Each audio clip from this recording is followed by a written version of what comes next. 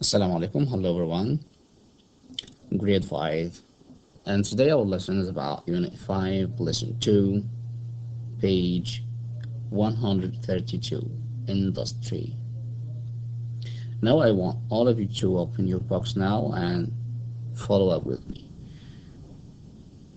Page 132, the term industry covers all businesses and factories that convert raw materials into goods or that provide useful services.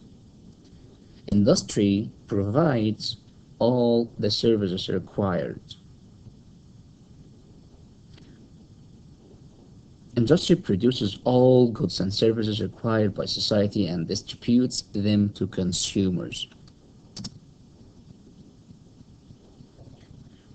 In the mid-18th century, the Industrial Revolution started in England, when factories began to produce textiles.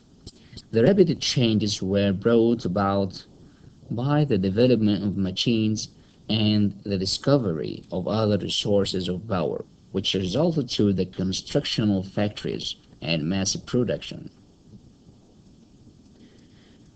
The period also marked developing transportation systems. The Industrial Revolution changed the way the world produced goods in predominantly rural and industrial areas in Europe, and America became urban. The Industrial Revolution divided into two phases. The first wave of the Industrial Revolution lasted from the late 17th to the mid-18th.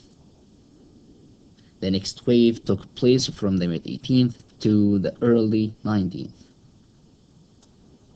Industry can be divided into three main categories. Number 1, primary industries. Number 2, secondary industries. Number 3, tertiary industries. Now return back to number 1, page number 133.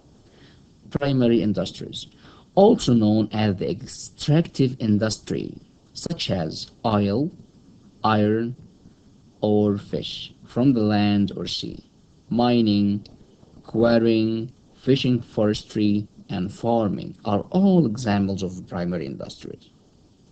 Number 2, secondary industries sometimes involve the manufacturing of raw materials into other products by the manual labor or machines.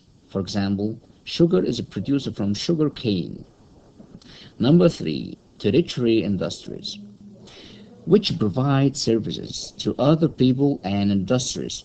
For example, airlines, railroads, and banks are examples of tertiary industries.